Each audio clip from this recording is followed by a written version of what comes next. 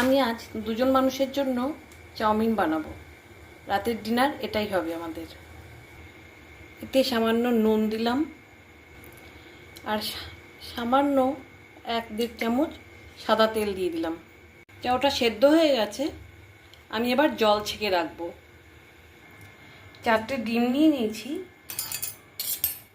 এবার ডিমটা আমি তেলে ভেজে ঝুরি করে নেব।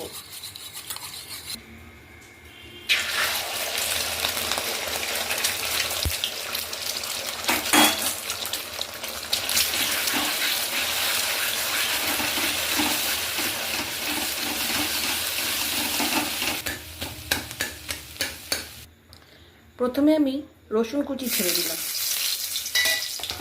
তারপরে পেঁয়াজ, ক্যাপসিকাম, একটা আলু,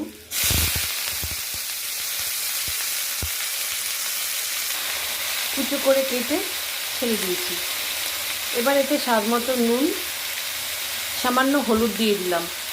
ঠিক ছোটোবেলায় যেরকম আমরা ছেলে মেয়েকে টিফিনে করে দিতাম সেরকমভাবেই আজকে করে নেব। অল্প মাংস ছিল রান্না করা, সেটা কেউ খাওয়ার নেই, সেটাকেই ভালো করে ধুয়ে সরু সরু করে ছাড়িয়ে নিয়ে সেটা আমি দিয়ে দিলাম। এবারে আমি ডিম ভাজাগুলো দিয়ে দিলাম।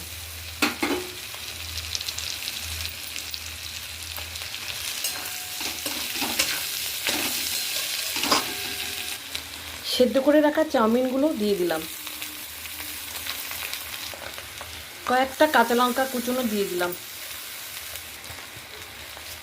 কিছুটা গোলমরিচ দিলাম আমাদের স্বাদ অনুযায়ী, যে যেরকম পছন্দ করেন সেরকম পরিমাণে গোলমরিচটা দেবেন। স্বাদ অনুযায়ী লবণ দিয়ে দিলাম।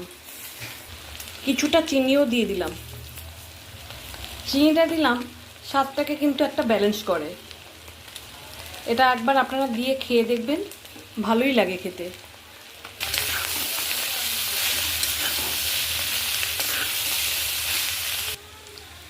চাউমিনটা আমার হয়ে গেছে।